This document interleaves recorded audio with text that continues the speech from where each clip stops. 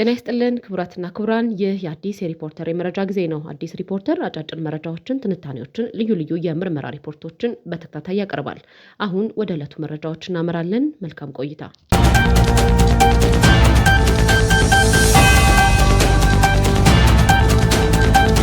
በቅድሚያ ማሳሰቢያ የተከበራችሁ የአዲስ ሪፖርተር ቤተሰቦች ለሳምንታት ያክል በማሳሰቢያ ስናስተዋውቃችሁ የቤት ስራ ስንሰጣችሁ የቆየንበት በፕሮፌሰር መረራ ጉዲና ተሽከርካሪ ውስጥ ስለከሸፈው የሽግግር መንግስት አስገራሚ ድርድር ዝርዝር የምርመራ ሪፖርት ከነገ ጀምረን ማቅረብ እንጀምራለን። በዚህ ቪዲዮ በዚህ ፕሮግራም ላይ ብዙ እንቆቅልሾች ይፈታሉ፣ ብዙ ሚስጥሮች ይወጣሉ። ስለዚህ ይህን አስገራሚ የሽግግር መንግስት ስሩን እስር ቤት አድርጎ ተጀምሮ መረራ መኪና ውስጥ እንዴት ተንኮላሸ የሚለው ዝርዝር ሁነቶች ይዳሰሱበታል።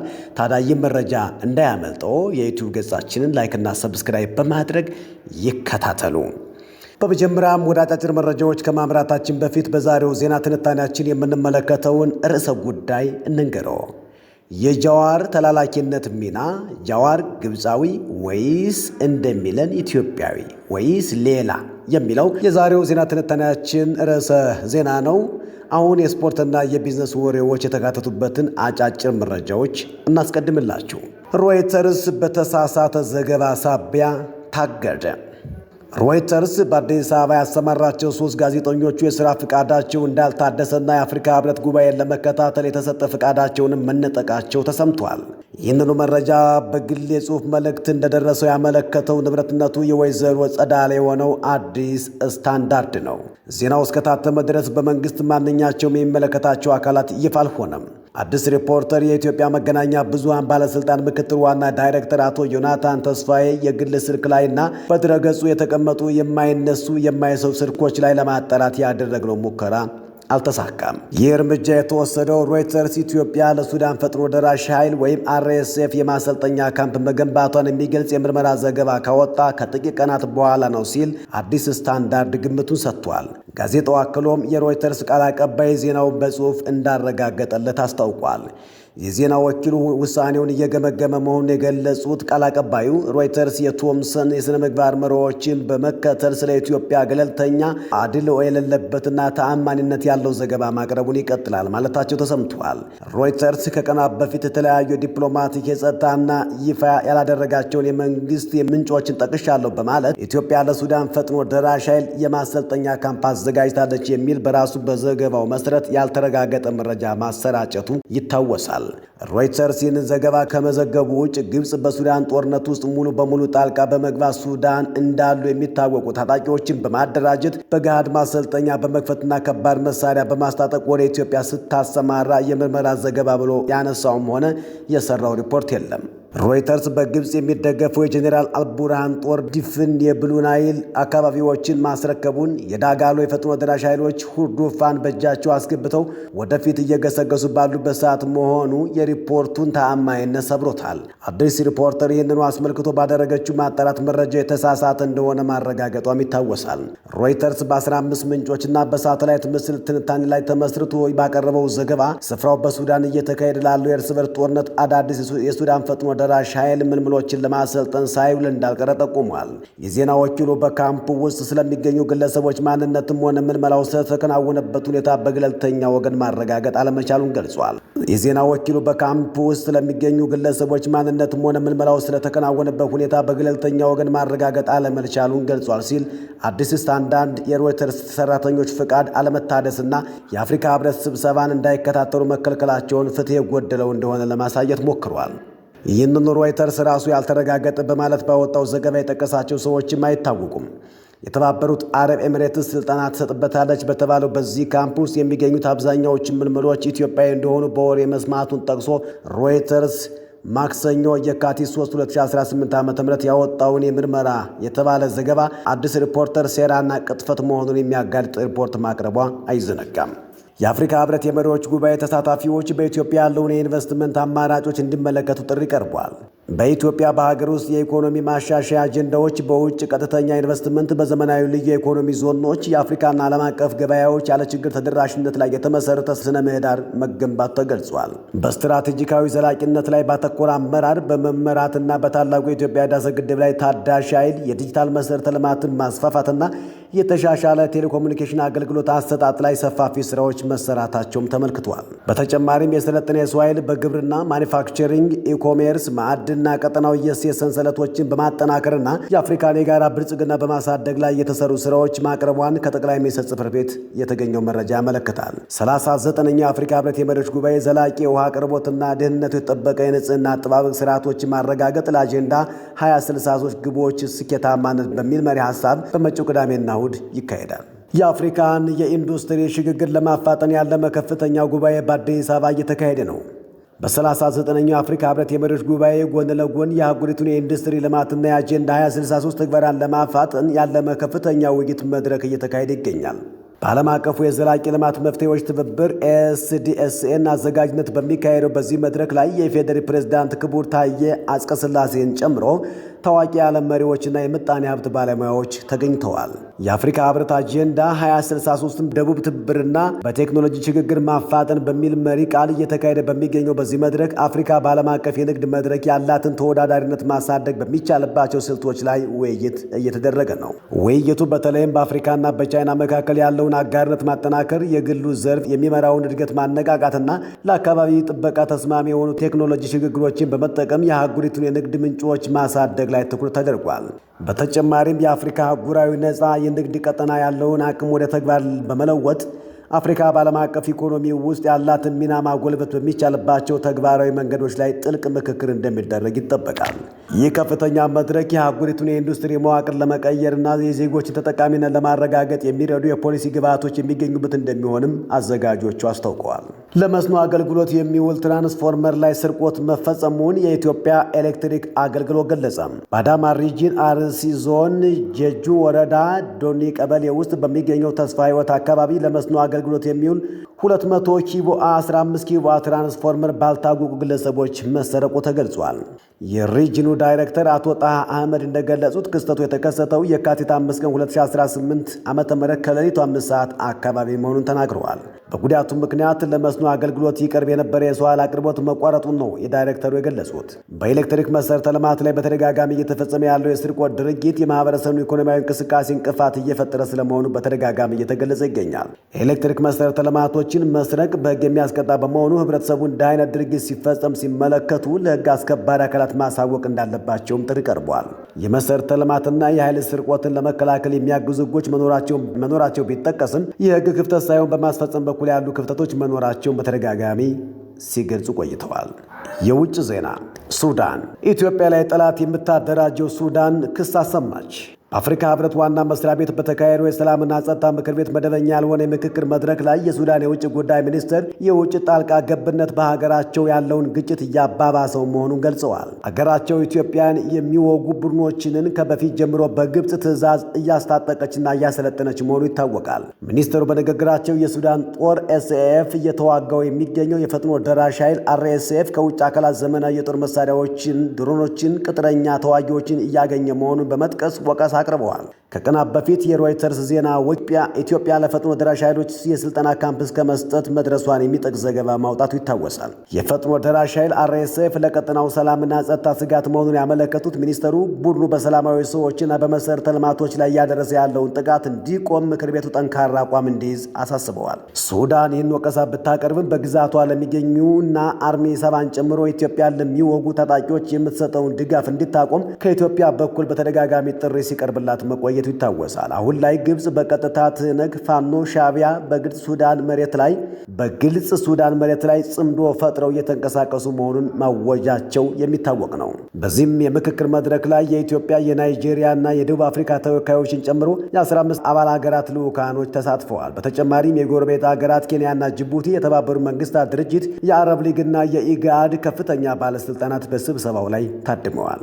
ኬንያ ለ15 ዓመታት ተዘግቶ የቆየው የኬንያ እና ሶማሊያ የየብስ ድንበር በመጪው ሚያዝያ መልሶ ይከፈታል ሲል የኬንያ ፕሬዝዳንት ተናገሩ።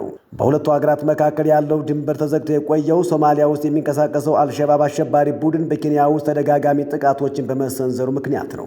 በጎርጎሮሳውያኑ ግንቦት 23 ሁለቱ ሀገራት 700 ኪሎ ሜትር የሚረዝመውን የጋራ የየብስ ድንበራቸውን ደረጃ በደረጃ ለመክፈት ተስማምተው ነበር። ነገር ግን ከሁለት ወራት በኋላ በአልሸባብ እንደተፈጸመው በተገመተና በድንበር አካባቢዎች በደረሰ ጥቃት የ5 ሲቪሎችና የ8 ፖሊሶች ሕይወት ማለፉን ተከትሎ ናይሮቢ ሂደቱን አቋርጠው ቆይታለች። የአፍሪካ ህብረት እስራኤል ለሶማሌላንድ የሰጠችውን እውቅና በይፋ እንድትሰርዝ አሳሰበ። ምክር ቤቱ ሶማሌላንድ ሪፐብሊክ ለተባለችው አካል እስራኤል በተናጠል የሰጠችውን እውቅና በጽኑ ያወግዛል፣ ውድቅም ያደርጋል ሲል የሰላምና ደህንነት ምክር ቤት በመግለጫው አስታውቋል። በተጨማሪም የእስራኤል መንግስት ከውሳኔው በአስቸኳይ እንድትወጣ ጠይቋል። ማንኛውም ወገን የማንኛውንም የአፍሪካ ህብረት አባል ሀገር የግዛት አንድነት የመለወጥ መብትም ሆነ ህጋዊነት እንደሌለው ህብረቱ አጽንኦት ሰጥቷል። እንደ አይነቱ ማንኛውም እውቅና በዓለም አቀፍ ህግ መሰረት ህጋዊ ተቀባይነት የሌለውና ምንም አይነት ውጤት የማይኖረው መሆኑንም አክሏል። እስራኤል ባለፈው ታህሳስ 2025 የጋራ መግለጫ በመፈረም ለሶማሌላንድ በይፋ እውቅና ሰጥታለች። ይህንን ውሳኔ ሶማሊ ሉዓላዊነቷን የጣሰ እንደሆነ በመግለጽ ውድቅ ያደረገችው ሲሆን የአረብ ሊግን በተመሳሳይ ለሶማሊያ ግዛት አንድነት ያለውን ድጋፍ በተደጋጋሚ አረጋግጧል። የአሜሪካው ፕሬዝዳንት ዳግመኛ ኢራንን አስጠነቀቁ። የአሜሪካው ፕሬዝዳንት ዶናልድ ትራምፕ ቴህራን በኒውክሌር መርሃ ግብሯ ላይ ስምምነት ላይ መድረስ ካልቻለች በጣም ከባድ የሆነ መዘዝ ሊገጥማት እንደሚችል በመግለጽ በድጋሚ አስጠንቅቀዋል። የአሜሪካው ፕሬዝዳንት ዶናልድ ትራምፕ ዩናይትድ ስቴትስና ኢራን ከስምምነት ላይ መድረስ አለባቸው ካሉ በኋላ ይህንን በሚቀጥለው ወር ማድረግ ይቻላል ብለዋል። ክለውም ስምምነት ላይ የማይደርስ ከሆነ ግን ወደ ሁለተኛው ዙር እርምጃ እንደሚገቡና ያም ለኢራን በጣም ከባድ እንደሚሆን ተናግረዋል። ትራምፕ ለመገናኛ ብዙሃን ሲናገሩ ስምምነት የመድረስ አስፈላጊነት ላይ አጽንኦት ሰጥተዋል። ከኢራን ጋር ስምምነት ላይ መድረስ አስፈላጊ ነው። ይህ ካልሆነ ግን ሁኔታው በጣም የከፋ ሊሆን ይችላል። ምንም ስምምነት ላይ መድረስ ካልተቻለ የኢራን ሁኔታ በጣም ከባድና በጣም የከፋ ይሆናል ብለዋል። ሰሜን ኮሪያ ደቡብ ኮሪያን አስጠነቀቀች። ኪም ዮ ጆንግ ደቡብ ኮሪያ በድሮን የምታደርገውን ትንኮሳ ካላቆመች አስከፊ አጸፋ እርምጃ እንደሚጠብቃት አስጠነቀቁ።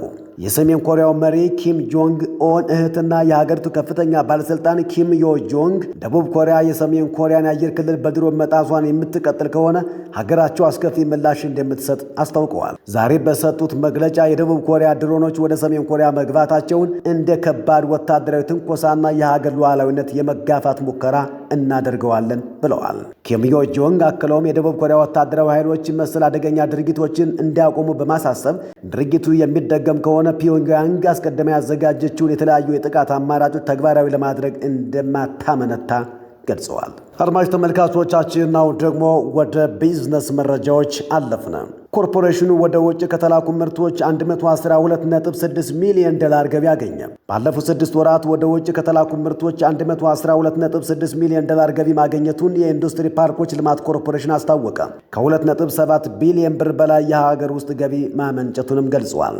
አሃዙ ባለፈው ዓመት ተመሳሳይ ወቅት ከተገኘው በእጥፍ እንደሚበልጥ የኮርፖሬሽኑ የኮሚኒኬሽን ዳይሬክተር አቶ ጳውሎስ በለጠ ገልጸዋል።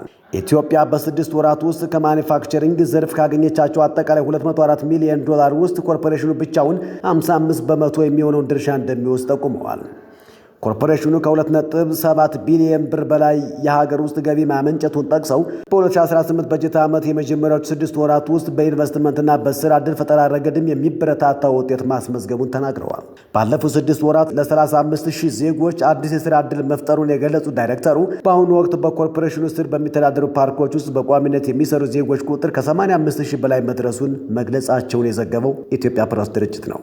የተከበራችሁ የአዲስ ሪፖርተር ቤተሰቦች አሁን ደግሞ ወደ ስፖርት መረጃዎች አመራን። የኢትዮጵያ ጥያቄ ዛሬ ሊመለስ ይችላል ወይ?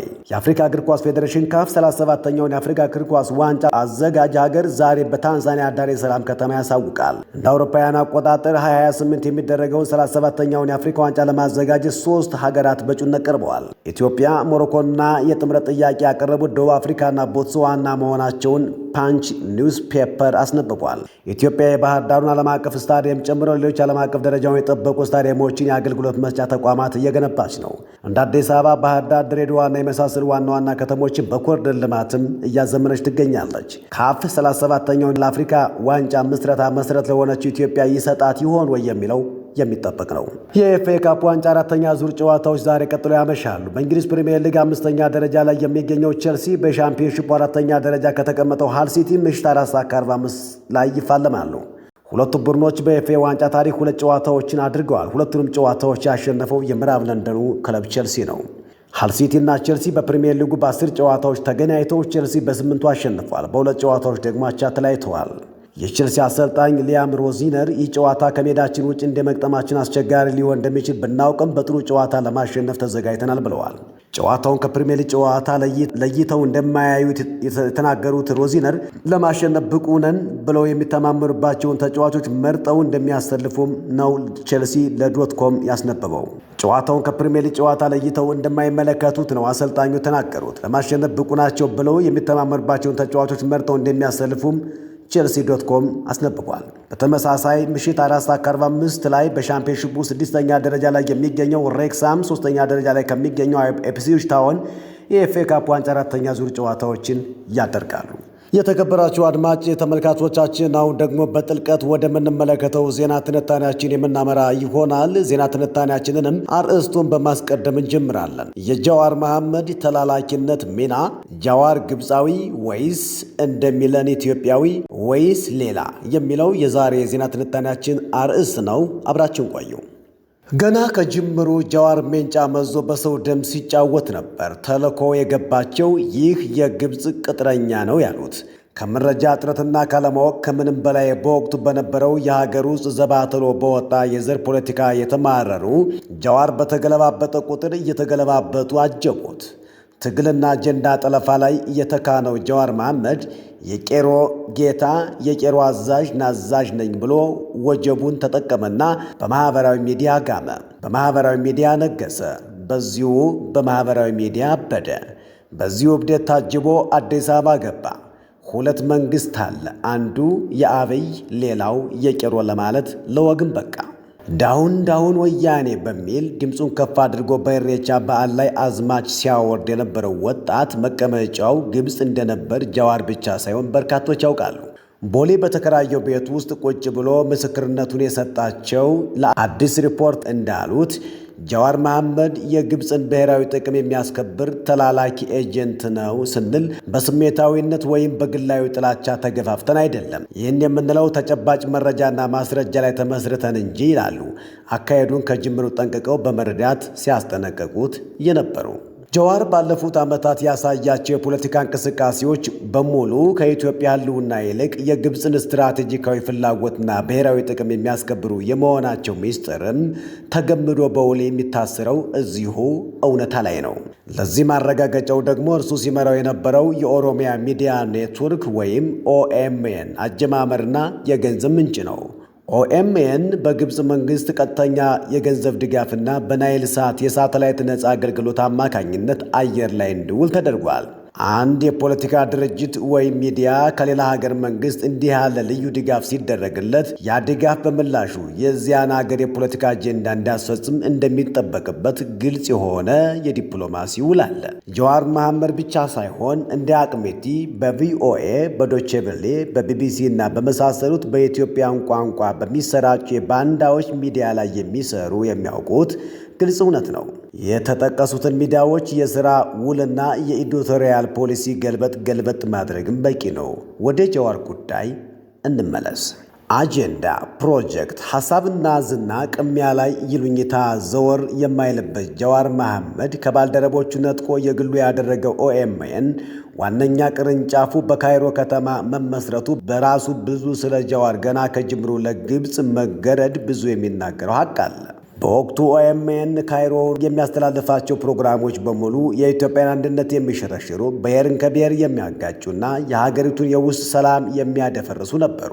ግብፅ ኢትዮጵያን በውስጥ ሁከት ለማዳከም የምትጠቀምበት ትልቁ የፕሮፓጋንዳ መሳሪያ ጃዋርና እሱ የሚመራው ሚዲያ ተቋም እንደነበረ የታሪክ መዝገብ የማይረሳው ሐቅ ነው።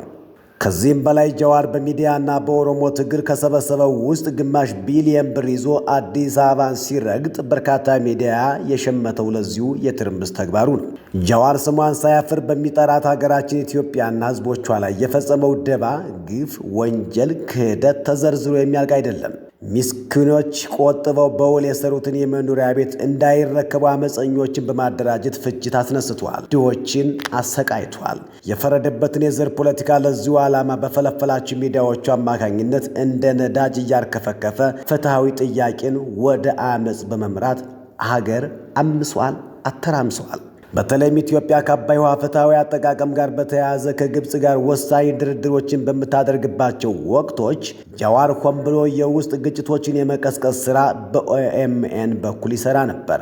ሀገሪቱ በዲፕሎማሲው መድረክ አንድ ሁና መቅረብ ባለባት ሰዓት እርሱ ግን በመንግሥት ኃይሎች ተከበብኩና በዚህ ሀገር ሁለት መንግሥት ነው ያለው የሚል ግጭት ቀስቃሽ ንግግሮችን በማድረግ ሕዝብን ለሁከት ይጋብዝ ነበር። ሀገር በሁከት እንድትናጥ ግብፅ ያመቻቸችውን የሚዲያ አውድ በመጠቀም ተግቶ ይሠራ ነበር። ይህ ሁሉ ሲሆን የገባቸው ይሄ ሰውዬ የግብፅ ኤጀንት ነው ሲሉ ሌሎች ጃዋር ባዘጋጀላቸው የዘር አቡ ሸማኔ እየተምዘገዘጉ ብዙ አጥፍተዋል። ሀገራቸውን ለዕድሜ ልክ የኢትዮጵያ ጠላት ኢላማ አድርገዋታል። ይህ ክፉ ዘንዶ ወቅት እየጠበቀ አቧራ እየላሰ ዛሬ ድረስ መርዙን የሚረጨው በዚሁ ማንነቱ ነው። የጃዋር ኢትዮጵያን ሰላም የመንሳት የተቀነባበሩ ትርክቶች የሚመረቱት በኦሮሚያ በአዲስ አበባ ዙሪያና በሌሎች አካባቢዎች ከበጀቱ እየቆረሰ ባፈራቸው ደጋፊዎቹ አማካኝነት ነው። እነዚሁ ደጋፊዎቹ ከፍተኛ ሁከት እንዲነሳ በማድረግ ያልገባቸውን አካተው ለጃዋር ታማኝነታቸውን ይገልጻሉ። ጃዋር እልቂትን ታሳቢ አድርጎ በለኮሳቸው የተለያዩ ግጭቶችና የአመፅ ጥሪዎች የበርካታ ንጹሐን ዜጎች ሕይወት እንዲጠፋና የሀገር ንብረት እንዲወድም ተደርጓል። ይህ ትርምስ በአጋጣሚ የተከሰተ ሳይሆን ኢትዮጵያ በድርድር ጠረጴዛ ላይ በውስጥ ችግር ተወጥራ ደካማ አቋም እንዲኖራት፣ ግብፅ ደግሞ የሀገሪቱን አለመረጋጋት እንደ ተጽዕኖ መሳሪያ እንድትጠቀምበት የታቀደ ነበር። በዚህ አግባብ ኢትዮጵያ የከፈለችውን ዋጋ ታሪክና ጊዜ ይፋ የሚያደርጉት ቢሆንም እጅግ ከፍተኛ እንደሆነ ግን ጥርጥር የለውም። ጃዋር የሚፈጥራቸው የፖለቲካ ቀውሶች ሁሉ ከታላቁ የህዳሴ ግድብ ድርድር ቀናት ጋር የሚገጣጠሙ መሆናቸው ድንገቴ ሊሆን አይችልም። ኢትዮጵያ ለብሔራዊ ጥቅሟ በምትቆምበት ወሳኝ ሰዓት ሁሉ ጃዋር የውስጥ አጀንዳዎችን በመፈብረክ የመንግሥት ትኩረትና አቅም ወደ ውስጥ ይጎትታል። ሽብር እየዘራ መንግሥትን በመንደር ስር ይጠምዳል። ጎን ለጎን ሁሌ የማይዘነጋውን ሚዲያዎቹና የሚከፍላቸውን ተጠቅሞ ራሱ የዘራውን ሽብር በውጤት አጅቦ ለዓለም ይረጫል፣ ያሰራጫል። ይህ ደግሞ በውጭ ግንኙነት ትንታኔ ስትራቴጂካዊ ማሰናከያ ስትራቴጂክ ዳይቨርሽን ተብሎ የሚጠራ የክህደት ተግባር ነው። ለዚህ ነው ጃዋር ፋይሉ ሳይዘጋ በይቅርታ ሲፈታ የሀገር ክህደት ወንጀል ነው በማለት በርካቶች አካሄዱን የተከራከሩት። ይህ ከጃዋር የባህር መዝገብ ውስጥ እንደ መንደርደሪያ የተጠቀሰው የሰሞኑ ለግብፅና ለሱዳን ጥብቅና የቆመበት አግባብ የሚጠበቅ እንጂ የሚያስገርም እንዳልሆነ ለማሳየት ነው። በዚህ ተለዋዋጭና በውክልና ጦርነት በሚታመስ ቀጠና ውስጥ የሞራል ልዕልና የሚባለውን ፍልስፍናን ለስትራቴጂካዊ ውሳኔዎች እንደምትክ ማቅረብ የፖለቲካ የዋህነት ነው ወይም የፖለቲካ ምስኪንነት እንደሚሉት አይነት ይሆናል። በዚህ መነሻ በየትኛውም አግባብ መንግስት የሚወስዳቸው እርምጃዎች የሚመዘኑት በሀገር ብሔራዊ ጥቅም እንጂ በሌላ ሊሆን አይገባም። በሌሎች ሀገሮች ብሔራዊ ጥቅምና ክብር ማተብ ነው። ገና ይህንን መንግስት በመጥላት ሂሳብ ከጠቅላይ ሚኒስትር አብይ አህመድ አስተዳደር ስለመነጩ ብቻ ሁሉንም ጉዳዮች ስህተት ናቸው ብሎ የመደምደም ክህደት የሚሆንበትን አግባብ ያስከትላል። ገሃድ የሚታይን የፖለቲካ አካሄድ በአጉልና ቅጥረኛ ትንታኔ ተክቶ በፓርቲ ቂም መተካት ነውር ነው። ሀገራት ህልውናቸው ላይ አደጋ ሲጋረጥ የሞራል ስብከትን ሳይሆን የብሔራዊ ጥቅምን ያስቀድማሉና በዚህ መነሻ ጃዋር ኢትዮጵያን ወቅሰህና ከሰክ ለሱዳንና ጌቶቿ ግብፅ የምትሟገትበት አግባብ ብዙም ስውር አይደለምና በዚህ አጋጣሚ የመክሸፍን መርዶ ብትረዳ ጥሩ ነው። በዚህ ቁመና ኦሮሞን መወከልና ኢትዮጵያን ለመምራት መከጀልህ ይሸክካል። በጠረን ደረጃ ደግሞ ነጮቹ እንደሚሉት አፍንጫ ያማል። ወደፊት ሀገርን ለመምራት የሚያስብ ማንኛውም ሰው በመንግስት ላይ ያለውን ተቃውሞ ወደ ሀገር ማፍረስ እርምጃ እንዳይሸጋገር ሊጠነቀቅ ይገባል። መንግስታት በምርጫ ይመጣሉ፣ ይሄዳሉ።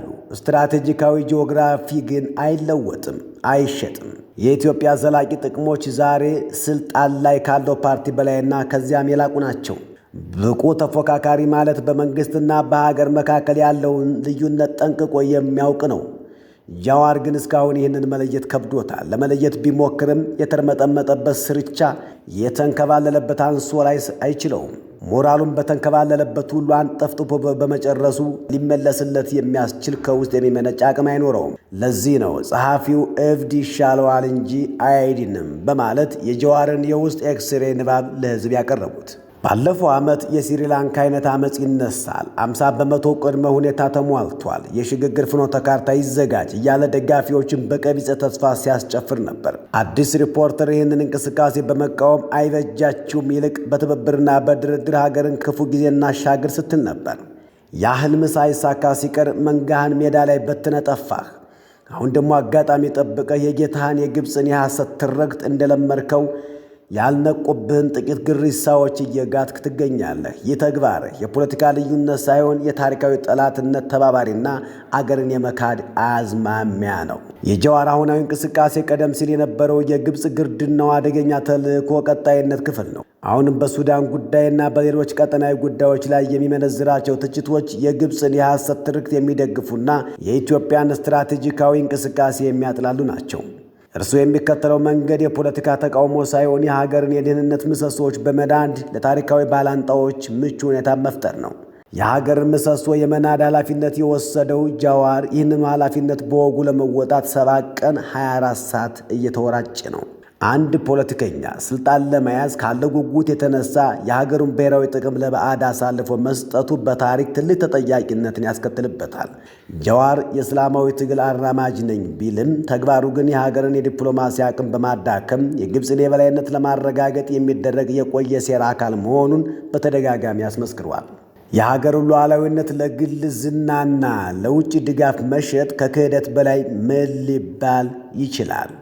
አሁን አንድ ኢትዮጵያዊ ነኝ የሚል ሰው በምን ሂሳብ ነው ለሱዳንና ግብፅ ግርድና ተቀጥሮ የሚሰራው? አንዳንድ ፖለቲከኞች የፖለቲካ ልዩነትና የሀገር ክህደት መካከል ያለውን መስመር በግልጽ መረዳት የተሳናቸው ይመስላል። ሕዝቡም ብኝ ብሏቸው እንጂ አንዳንዶች ቢሆንላቸው በሰዓታት ውስጥ ኢትዮጵያን መበለት የሚሹ ከባንዳነት ሌላ ምንም ሙያ መልክም የሌላቸው ሆነው ይታያሉ። ዳሩ ግን አይሆንላቸው። መንግስትን መቃወም ይቻላል። ሀገርን ግን በድርድር ጠረጴዛ ላይ ለጠላት አሳልፎ መስጠት አይቻልም። ጀዋር መሐመድ በተለያዩ ጊዜያት የፈጠራቸው ሁከቶችና ያሰራጫቸው ትርክቶች ሁሉ ተደምረው የሚያሳዩት አንድ እውነት ቢኖር እርሱ ለኢትዮጵያ ሕዝብ ሳይሆን ለካይሮ ቤተ መንግስት ታማኝነቱን ያረጋገጠው ወኪል መሆኑን ነው። በመጨረሻም ይህ ጥፋት ጉዞ አሁንም ቀጥሏል። በአሁኑ ወቅት በጎረቤት ሀገራት ጉዳይ ጣልቃ በመግባትና የኢትዮጵያን ስትራቴጂካዊ ፍላጎት በማጣጣል የሚታየው ድርጊቱ አሁንም ያው የቆየው የግብፅ ተላላኪ ውጤት ነው። ስለሆነም የጀዋር ንግግሮች ከፖለቲካዊ ትንታኔነት ይልቅ በውጭ ኃይሎች የተቀመረ የጥፋት መሳሪያ መሆናቸውን ተረድተን የሀገርን ደህንነትና አንድነት ለማስጠበቅ ነቅተን መጠበቅ ይኖርብናል። አበው እንድሉ እናት ብትሞት በሀገር ይለቀሳል፣ አባት የሞተ እንደው በሀገር ይለቀሳል፣ እህት ወንድም ቢሞት በሀገር ይለቀሳል፣ ሀገር የሞተች ዕለት ወዴት ይደረሳል ነውና ነገሩ። ለማንኛውም ጀዋርም ሆነ ግብፅና ዙሪያዋን የተኮለኮሉ ተላላኪዎች ኢትዮጵያ በየዘመኑ የሚታደጓት ጀግኖቿን አናብስቶች አሏትና አንዳች አትሆንም። አቶ ጌታቸው ልብ ገዝተው የሰጡን ምክር በማስከተል እናብቃ። አቶ ጌታቸው የተነቃል አቀባይ ሆነው አንተ እስር ቤት ሆነህ የሽግግር ሰነድ ስታሰናዳ ትተዋወቃላችሁና ወደፊት ግብፅ ምድር የተቀረቀርክበትን ምክንያት በርካታ ስርቻዎች እንደሚገላለጡልህ ከወዲሁ ምልክት እንዳለ ልናሳስብህ እንወዳለን። የአቶ ጌታቸው የዳነ ሰው ምክር እንዲህ ይነበባል። ጀዋር እንኳን ደስ ያለ ወንድሜ። በጠቅላይ ሚኒስትሩ ላይ ያለህን የግል ተቃውሞ ከኢትዮጵያ የረጅም ጊዜ ስትራቴጂካዊ ጥቅሞች ጋር አዳብለህ የምታቀርብበት መንገድ በእውነት የሚገርም ነው። ገዢውን ፓርቲ መጥላት የመንግስትን ፖለቲካ ከሀገር ብሔራዊ ጥቅም የመለየት ግዴታን አያስቀርም። ባለፉት ጥቂት ቀናት የጠቅላይ ሚኒስትሩ የቀድሞ ወዳጅ የነበርክ አሁን ግን ጠንካራ ተቺ የሆንከው አንተ ኢትዮጵያ በሱዳን ግጭት ዙሪያ ስትራቴጂካዊ ጥቅሟን ለማስጠበቅ የምታደርገውን ጥረት በተደጋጋሚ ስትነቅፍ ቆይተሃል። የምታሰራጫቸው አንዳንድ ዘገባዎች ወይም የምታጋራቸው ሀሳቦች በተናጠል ሲታዩ እውነት ሊሆኑ ይችላሉ። ሆኖም እነዚህን እውነታዎች የኢትዮጵያን ስሌት ከሚወስነው ሰፊ ስትራቴጂካዊ አውድ ውጭ ነው የምታቀርባቸው። እውነታዎች ከስትራቴጂ አንጻር ካልታዩ በቀላሉ አሳሳች ትርክቶችን ለመፍጠር ሊያገለግሉ ይችላሉ። ኢትዮጵያ ከፍተኛ ጂኦፖለቲካዊ ፉክክር ባለበት ቀጠና ውስጥ እንደ ተመልካች ብቻ መቀመጥ አለባት ብለህ በእውነት ታምናለህ? በሱዳን እየደረሰ ያለው አሰቃቂ ሁኔታ በውጭ ጣልቃ ገብነት እንደተባባሰ ግልጽ ነው። ነገር ግን ጥቅሟን በማሳደድ ረገድ ኢትዮጵያ ብቻዋን አይደለችም። እንዳውም ከየትኛውም የቀጠናው ሀገራት በላይ የሱዳን አለመረጋጋት በቀጥታ የሚነካት ኢትዮጵያን ነው። ግብፅና ሌሎች ቀጠናዊ ተዋንያን ገለልተኛ አስታራቂዎች አይደሉም። ይልቁንም ለራሳቸው የሚመቸውን ወገን ለማጠናከር ግጭቱን እየቀረጹት ነው። ራስን እንደ ፖለቲከኛና አክቲቪስት ብታስቀምጥም በተግባር የሚታየው ቋንቋ ግን ለብሔራዊ ደህንነትና ለስትራቴጂካዊ ጥቅም ያለህን ጥላቻ ያሳያል። የውክልና ጦርነት እና የድንበር ተሻጋሪ ደህንነት ስጋት ባለበት ቀጠና ውስጥ እንዲህ ያለ ስሜታዊነት በጎነት ሳይሆን የሚያስጠይቅ ነው። ዋና ብሔራዊ ጥቅሞች አደጋ ላይ በሚወድቁበት አገራት ሞራል ብሎ ነገር ሊኖራቸው አይችልም። ይህም ማለት ብሔራዊ ጥቅም ለድርድር የማይቀር በመሆኑ ነው። በእንዲህ ያለው ሁኔታ ውስጥ የሞራል የበላይነት ለመያዝ መሞከር ስሜታዊ እርካታ ሊሰጥ ይችላል እንጂ ስትራቴጂ አይሆንም። ፖሊሲ መተቸት ሕጋዊ ነው። ነገር ግን እያንዳንዱን እንቅስቃሴ በጠቅላይ ሚኒስትር አብይ መንግስት ስለመነጨ ብቻ እንደ ስትራቴጂካዊ ስህተት አድርጎ ማቅረብ የፓርቲ ቅሬታን በትንታኔ ቦታ የመተካት አደጋ አለው። ከሁሉም በላይ ደግሞ ወደ ከፍተኛ ስልጣን ለመምጣት ፍላጎት ያለው ማንኛውም ሰው በራሱ በመንግስት ወይም በሀገር ተቋም ላይ ሁሉንም አውዳሚ አቋም ከመያዝ መጠንቀቅ አለበት። መንግስታት ቢቀያየሩም ስትራቴጂካዊ መልክዓ ምድር አይቀየርም። የኢትዮጵያ የረጅም ጊዜ ብሔራዊ ጥቅሞች አሁን በስልጣን ላይ ካለው ፓርቲ የተለዩና የላቁ ናቸው። አስተማማኝ አማራጭ ኃይል መሆን የሚቻለው እነዚህን ሁለት ነገሮች የመለየት ችሎታ ሲኖር ነው። ይህ መሆን ሲገባው አንተ ላይ አሁን በግልጽ የሚታየው በዚህ አግባብ ፍጹም የሆነ የብቃት ማነስ ነው ይላል ቤተሰቦቻችን የአቶ ጌታቸው ረዳ ለጀዋር የላኩት ደብዳቤ ነው። ቤተሰቦቻችን ለዛሬ ወደ እናንተ ያደረስናችሁ ዜና ትንታኔያችን ይህንን ይመስል ነበረ። ነገም በተመሳሳይ ሰዓት ላይ በሌላ ርዕሰ ጉዳይ እንመለሳለን። ነገር ግን በነገው ዕለት የሚለቀቀው ለሳምንታት ስንነግራችሁ የቆየ ነው አዲስ ሪፖርተር ከነገ ጀምሮ በፕሮፌሰር መራራ ጉዲና ተሽከርካሪ ውስጥ ስለከሸፈው የሽግግር መንግስት አስገራሚ ድርድር ዝርዝር የምርመራ ሪፖርት በተከታታይ ማቅረብ ይጀምራል። ይህ አስገራሚ፣ ይህ አስደናቂ፣ ይህ ብዙ ሁነቶች የተካተቱበት፣ ይህ ብዙ ምስጢሮችን የተደበቁበት፣ ይህ ብዙ እንቆቅልሾች የሚፈቱበት የሽግግር መንግስት ስሩን እስር ቤት አድርጎ ተጀምሮ መረራ መኪና ውስጥ እንደ ተንኮላሸ በዝርዝር ወደ እናንተ ይደርሳል። ታዲያ ይህ መረጃ እንዳያመልጠው የዩቲዩብ ገጻችንን ላይክና ሰብስክራይብ በማድረግ ይከታተሉ። ነገ ወደ እናንተ መድረሱን ይጀምራል። ሰላማችሁ ይብዛላችሁ።